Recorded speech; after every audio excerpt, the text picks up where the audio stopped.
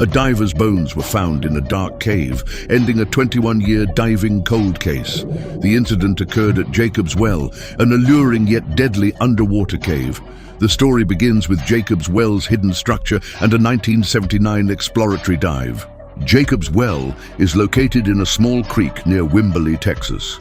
From the surface, it appears as an oval blue-green sinkhole, roughly 4 meters in diameter and 7 meters deep. A closer look reveals a dark, submerged opening at its bottom, the true entrance to Jacob's Well cave. The water temperature here hovers around 23 degrees year-round, making it ideal for swimming and cave diving. The cave's maximum explored depth is about 100 meters, divided into 5 main chambers. Starting from the second chamber, no natural light penetrates and thick silt covers the floor. Even a slight disturbance from a diver's movement can stir up sediment, instantly reducing visibility to near zero. This combination has made Jacob's Well one of America's most popular swimming spots and one of its most dangerous underwater caves. On September 9, 1979, a group of diving enthusiasts gathered at Jacob's Well for a cave dive. 2 men were central to the story: Kent Moman and Mark Brasher, friends and neighbors. Their goal was to dive through the Horseshoe Tunnel, the passage connecting the 3rd and 4th chambers. At the time, the 4th chamber was unexplored, and no one knew the 5th chamber even existed. Though experienced divers, Kent and Mark's expertise was mostly in open water. They had no formal systematic cave diving training. Most fatally, they carried no specialized cave diving gear, no reel with guidelines, no backup lights, and no redundant breathing systems. Despite this, air-limited prior cave dives led them to believe the exploration would go smoothly.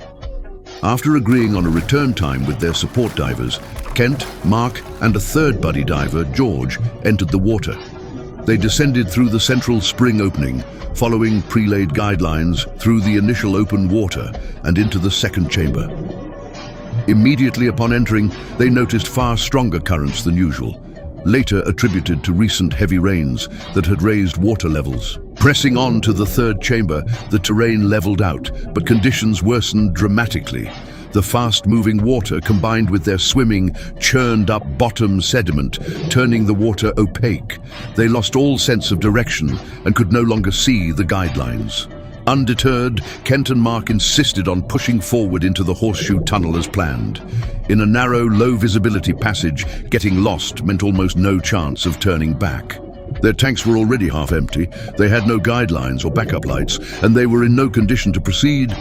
George, their buddy, watched them drag their tanks into the tunnel and desperately tried to warn them, flashing his light, banging on his tank, but got no response. Moments later, the 2 men vanished into the tunnel's depths. With his own air running low, George couldn't risk pursuing them. He left his backup light at the Horseshoe Tunnel entrance, hoping they would see it on their way out, then quickly surface to alert the group. The team agreed Kent and Mark were likely dead and called the police immediately.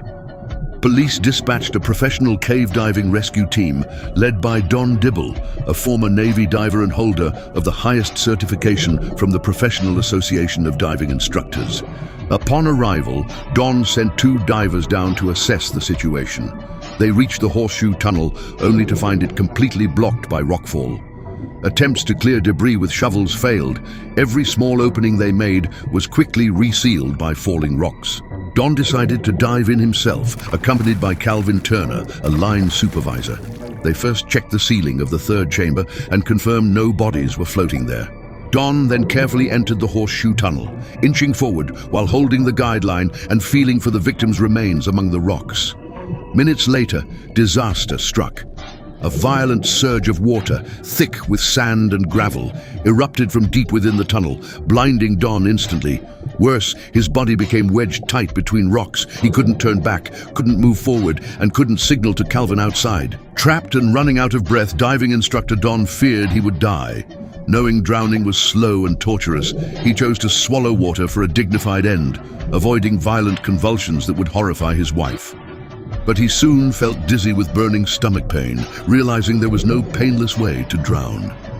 Despair consumed him, and he regretted taking the rescue mission. Just as Don neared death, he felt someone pulling him.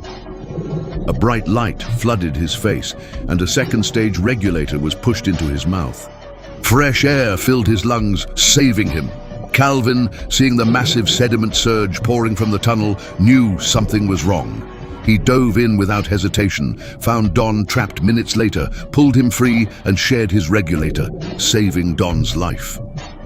When Don emerged from the cave, everyone was shocked. His abdomen was distended like a 9-month pregnancy, filled with air and water he'd swallowed. Rushed to the hospital, he suffered a severe stomach rupture and survived only after emergency surgery. The search for Kent and Mark continued. Rescue crews brought in heavy equipment to pump water and clear debris from the horseshoe tunnel, but efforts were futile. Every time water and rocks were removed, new sediment and rockfall refilled the passage. After a week, the operation was called off.